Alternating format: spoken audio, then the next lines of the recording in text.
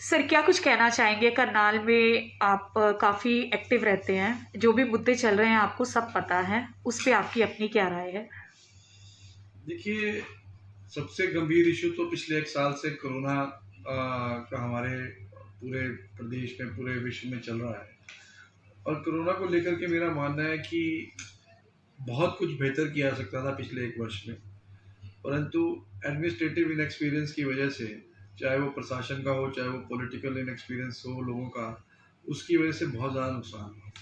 हमने बहुत सारे अपनों को खोया है, दोस्तों को, मित्रों को, रिश्तेदारों को, पूरे प्रदेश में, देश में एडमिनिस्ट्रेटिव कमियों की वजह से।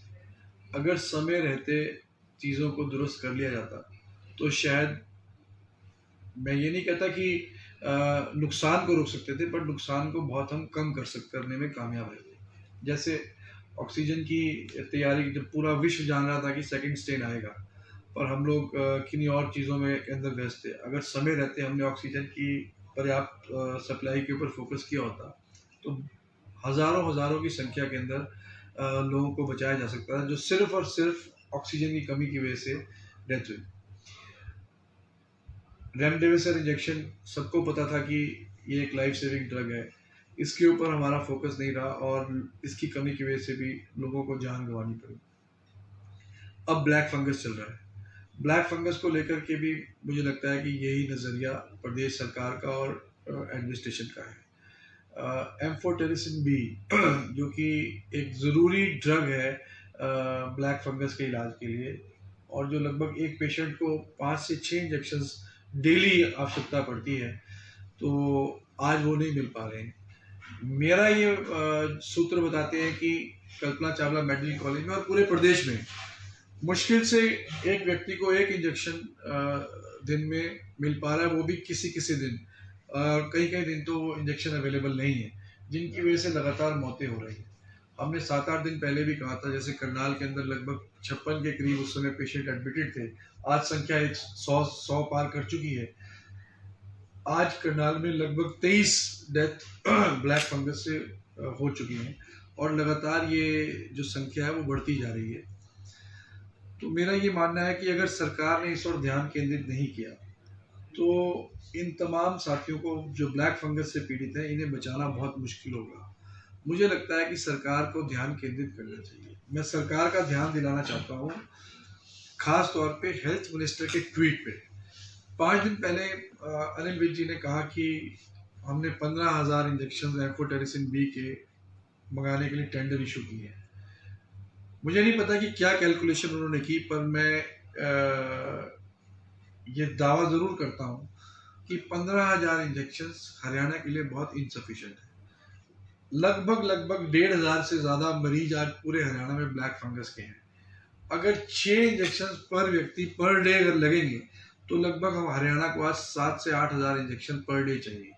जितने इंजेक्शंस का स्टॉक हेल्थ मिनिस्टर ने मंगवाने की बात की है, वो 1.5 दिन की का स्टॉक है, और ये इंजेक्शन लगातार किसी भी पेशेंट को 14 दिन तक चाहिए। तो मैथमेटिकली मुझे लगता है कि हेल्थ मिनिस्टर हरियाणा ने एक बहुत मिस कैलकुलेशन की है, जिसका खामियाजा जो है वो आने वाले दिनों में प्रदेश की जनता जो ब्लैक फंगस से पीड़ित है, उन्हें भुगतना पड़ेगा। तो मेरी तो हरियाणा सरकार से ये अपील है कि इन तमाम मुद्दों पे गहराई से चिंतन किया जाए। कितनी मात्रा के अंदर दवाई की आवश्यकता है, इसके ऊपर एक सीरियस कंसर्न होना चाहिए, जो अभी तक नज़र नहीं आ रहा। सर, एक हेलो डॉक्टर की जो अभियान शुरू किया गया है, उसमें कितने पेशेंट अब तक देखे जा चुके हैं और कितने सफिशिएंट? देखिए, हेलो डॉक्टर पूरे देश लेवल के ऊपर कामयाब रहा। हमने उसको सोच करके तो करनाल के लिए शुरू किया था, पर जैसे ही आप सब साथियों ने सोशल मीडिया पे उसका प्रचार किया, तो वो पूरे देश भर के अंदर हेलो डॉक्टर का व्हाट्सएप नंबर प्रचारित हुआ। मोर देन 2000 पेशेंट्स जो हैं वो हेलो डॉक्टर के माध्यम से लोगों ने कंसल्टेशंस की, और मैं धन्यवाद भी करता हूँ करनाल के तमाम सीनियर डॉक्टर्स का, जिन्होंने बहुमूल्य योगदान अपना समय का दिया और हज़ारों पेशेंट्स को कंसल्टेशंस दी। यहाँ तक कि कुछ पेशेंट्स जो हरियाणा के रहने वाले अब्रॉड बसे हैं, उन्होंने भी हमारे डॉक्टर्स के साथ कंसल्टेशन की। उसके बाद जितने पेशेंट्स कंसल्टेशन के लिए रजिस्टर हुए, और उन पेशेंट्स में से जिसने भी इम्यूनिटी बूस्टर किट्स की डिमांड की, तो हमने इम्यूनिटी बूस्टर किट्स भी उन तक पहुंचाने का काम किया है। मुझे लगता है कि हेलो डॉक्टर बहुत कामयाब रहा, क्योंकि हमने फॉलोअप सिस्टम भी शुरू किया था सारे पेशेंट्स का, और मुझे कहते हुए एक बड़ा खुशी है कि कोई भी पेशेंट जो हेलो डॉक्टर के ऊपर रजिस्टर हुआ सीरियस कंडीशन के अंदर नहीं गया, प्राइमरी स्टेज के ऊपर ही, क्योंकि ट्रीटमेंट उनका शुरू हुआ डॉक्टर से कंसल्ट करने के बाद, तो कहीं ना कहीं वो संक्रमण को रोकने में कामयाब रहे। सर, आप एडवोकेट भी हैं, उसी बिहाफ पर एक सवाल पूछना चाहता हूँ और थोड़ा लंबा चलेगा सवाल। पहला सवाल है, क्या कानून अमीरों के लिए और गरीबों के लिए अलग अलग है हमारे देश में? देखिए, हमारा देश का संविधान किसी भी तरह की क्लासिफिकेशन को परमिट नहीं करता है। देश के प्रत्येक नागरिक के ऊपर देश का संविधान जो है वो समान रूप से लागू। आम आदमी की दुकानें सील कर दी जाती हैं, 500 रुपये का चालान काटा जाता है गरीब आदमी का मास्क का। वहीं दूसरी तरफ एक बड़े होटल में 200-200 लोगों की पार्टियां होती हैं। प्रशासन के संज्ञान में मामला है, फिर भी कोई कार्रवाई नहीं। आप इसको किस तरीके से देखते हैं? देखिए, मैं इसको इस तरीके से देखता हूँ कि आपका बहुत अच्छा सवाल है, और मैं आपका ध्यान केंद्रित करना चाहता हूँ। आपके सवाल का जवाब सुप्रीम कोर्ट ने स्वयं दिया। ये भी पहली बार हुआ कि सुप्रीम कोर्ट के 3 सिटिंग जजेस ने आकर के प्रेस कॉन्फ्रेंस के माध्यम से ये कहा कि देश में अब डेमोक्रेसी नहीं है। सुप्रीम कोर्ट हमारे संविधान की सबसे बड़ी रक्षा करने वाली बॉडी है। तो संविधान ने जो देश के नागरिकों को ताकत दी है, उस संविधान के ऊपर जब खतरा मंडराया तो सुप्रीम कोर्ट ने चताया, सुप्रीम कोर्ट के जजों ने बताया कि डेमोक्रेसी थ्रेट के अंदर है, संविधान खतरे के अंदर है। ये पहली बार हुआ। जब संविधान खतरे में जाता है तो असंवैधानिक चीजें स्वाभाविक रूप से उनके अंदर तेजी आती है। और पिछले कई वर्षों से आप देख रहे हैं कि जितने भी असंवैधानिक कार्य हैं वो इस सरकार के अंदर लगातार बढ़ते जा रहे हैं। जैसा कि प्रदेश के शिक्षा मंत्री ने कहा कि धारा 144 प्रदेश के मुख्यमंत्री पे लागू नहीं होती। उन्होंने बयान दिया कि धारा 144 आम नागरिक पे लागू होती है, मुख्यमंत्री पे लागू नहीं होती। तो मैं देश चलो मुख्यमंत्री, सॉरी सर बात काट रहा हूँ, मुख्यमंत्री पर चलो हो भी सकता है क्योंकि सेफ्टी इशू है, पर धरना प्रदर्शन दिया जाता है। नहीं हो सकता, नहीं हो सकता। फिर 1% हम रिस्पेक्ट करते हुए अगर छोड़ दें मुख्यमंत्री को, नहीं, एग्जेम्पशन नहीं है। अच्छा, एग्जेम्पशन ही नहीं है लॉ में। ओके, आप एक्सेप्शन नहीं कार्य कर सकते लॉ में। ठीक है। तो अगर एक्सेप्शन होती है तो कोड ऑफ क्रिमिनल प्रोसीजर के अंदर एक्सेप्शंस लिखी जाती है। जिस कानून के अंदर जो एग्जेम्पशंस होती हैं, जो एक्सेप्शंस होती है, वो कानून के अंदर दर्शाई जाती है। तो सेक्शन 144 सीआरपीसी डज नॉट ले एनी एक्सेप्शन फॉर एनीबॉडी। 144 अगर इम्पोज होगी तो वो पूरे स्टेट के ऊपर इम्पोज होगी। 144 की उल्लंघना चाहे वो वीरेंद्र राठौर करे, चाहे वो कोई भी भाजपा नेता करे, कार्रवाई बनती है सर? निश्चित रूप से। और अगर कार्रवाई ना हो रही हो तो इसका क्या कारण है? देखिए, जब संविधान खतरे में रहता है, तो जब संविधान खतरे में होता है तो तानाशाही प्रवृत्तियां हावी हो जाती हैं। तो जब तानाशाही हावी होती है तो उसमें गरीब जनता और आम आदमी की आवाज़ और उनके नहीं उठ पाती हैं। तो आज देश के अंदर तानाशाही प्रवृत्तियां हावी हैं, तो मुझे लगता है कि डेमोक्रेसी जो है वो खतरे में है। और ख़ास तौर पे जब देश के सीईओ, नीति आयोग के सीईओ, जो देश की नीति बनाने वाले लोग हैं, उन्होंने कहा कि देश में प्रजातंत्र कुछ ज़्यादा है, तो उसका साफ साफ मतलब ये है कि मौजूदा सरकार केंद्र के अंदर वो कहीं ना कहीं डेमोक्रेसी से डेविएट करके किसी और इशू के किसी और तरह की सरकार की स्थापना इस देश के अंदर हो, उस तरफ कहीं ना कहीं आहिस्ता आहिस्ता आहिस्ता कदम बढ़ रहे हैं। तो तानाशाही की आपने बात करी है, और पीछे आप सुन रहे थे कि सोशल मीडिया को बंद किया जा रहा है, क्योंकि सोशल मीडिया पे लोग अपनी बात को भी, व्यक्ति की जो आज़ादी है उसको लिखते हैं। तो आप कहते हैं कि इस तानाशाही सरकार में भी व्यक्ति की आज़ादी को छीना जा रहा है? मैंने तो उस समय भी कहा था, आपको याद होगा करनाल में सोशल मीडिया को बैन किया था पिछले 15 दिन के लिए। तो मैं स्वयं गुट बने हुए हैं, अलग अलग दिखता है, और लोग शायद दूसरी, अब वो एक कहावत है सर कि बिल्ली और उसकी लड़ाई में बिल्ली फायदा उठा गई, कहीं ऐसा तो नहीं हो रहा? क्योंकि कुछ अलग है, कुछ अलग है। एग्जाम्पल में अगर साफ कहूँ तो अमित तंवर, कितना बड़ा नुकसान एक ऐसे टाइम पे उन्होंने जो नुकसान किया, अशोक तंवर। देखिए, आज सबसे बड़ी गुटबाजी भाजपा में दिख रही है। पूरा देश देख रहा है कि योगी जी, मोदी जी, अमित शाह क्या कर रहे हैं।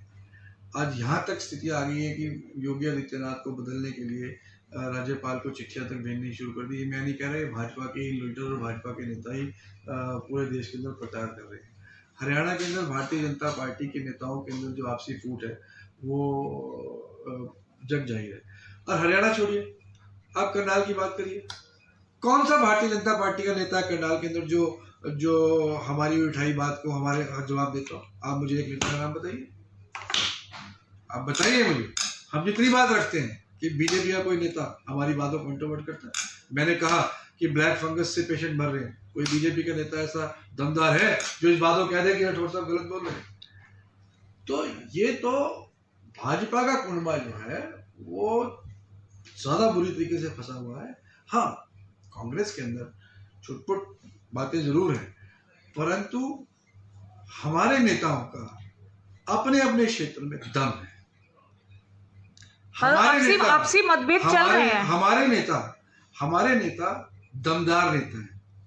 अगर हमारे नेताओं के अंदर फूट है भी या कुछ आपसी अनबन है भी, तो भी वो अपने क्षेत्र के अंदर पूरी मजबूती के साथ कांग्रेस को जिताने में सक्षम है। भाजपा का एक नेता भी पूरे हरियाणा में एक वार्ड का चुनाव जिताने के लिए सक्षम नहीं है। तो इसलिए कांग्रेस को कोई घबराने की आवश्यकता नहीं है। हमारे सारे पहलवान मजबूत हैं और पूरी बहुमत के साथ हम चुनाव। एक आखिरी सवाल है शायद किसी और का। सबसे पहले कांग्रेस का क्या काम होगा समाज हित में अगर सरकार बनती है? सबसे पहले आते ही किसान बिलों को तुरंत प्रभाव से, तीनों बिलों को सबसे पहले केंद्र में और प्रदेश में सरकार बनते ही पूर्ण रूप से रद्द करने का सबसे पहला काम करेगा। सबसे पहला और कोई इसी पर अगर तीखा सवाल हो, इससे कोई जरूरी काम ही नहीं है हमारे लिए। सबसे पहले इस पर भी एक तीखा सवाल है सर। जितना मैंने सुना है, पढ़ा है, ये कानून पहले प्रधानमंत्री मनमोहन सिंह जो एक्स प्राइम मिनिस्टर थे वो बनाना चाहते थे सर। आप हमारा मैनिफेस्टो पढ़िए, उसमें रूल्स अलग थे। हमने अपने मैनिफेस्टो में तो मंडियों को ज्यादा बढ़ाने की बात की, हमने कहीं पे भी एमएसपी को खत्म करने की बात नहीं। लेकिन एमएसपी तो खत्म इन बिलों में भी नहीं हो रही है, अब भी खरीद एमएसपी पे ही चल रही है। देखिए, सिर्फ 2 राज्य, हम देश की बात कर रहे हैं, हरियाणा पंजाब की बात नहीं कर रहे जी। मेरा एक ही चैलेंज है मोदी जी को, और खट्टर साहब को तो मैं नहीं कहूँगा क्योंकि ये देश लेवल का मामला है, हरियाणा का इशू ही। हरियाणा पंजाब में एमएसपी पे खरीद आज से नहीं, शुरू से होती आई। मुझे तो सिर्फ एक फॉर्मूला मोदी जी सुझा दें जिससे वो बिहार के किसान की गेहूं को 2000 रुपये प्रति क्विंटल एमएसपी पर खरीद कैसे होगी इन 3 कानून के बाद, वो बताने का काम करें। गेहूं बिहार के अंदर आज भी 1100-1200 रुपये क्विंटल बिकती है। अगर ये 3 कानून किसान के हित में है, मैं देश भर की एक छोटी सी बात करता हूँ, तो इन कानून के माध्यम से कैसे बिहार और यूपी के किसान को 2000 रुपये क्विंटल उसकी गेहूं बिकेगी, ये फॉर्मूला बताएं। सर, लोग नाखुश हैं भाजपा सरकार से, फिर भी जीत जाते हैं, ऐसा क्या कुछ मुख्य कारण है? देखिए, मैंने पहले भी कहा कि कॉन्स्टिट्यूशनल जो बॉडीज है वो अंडर थ्रेट है, वो एक मुख्य कारण है। Thank you sir. ठीक है सर।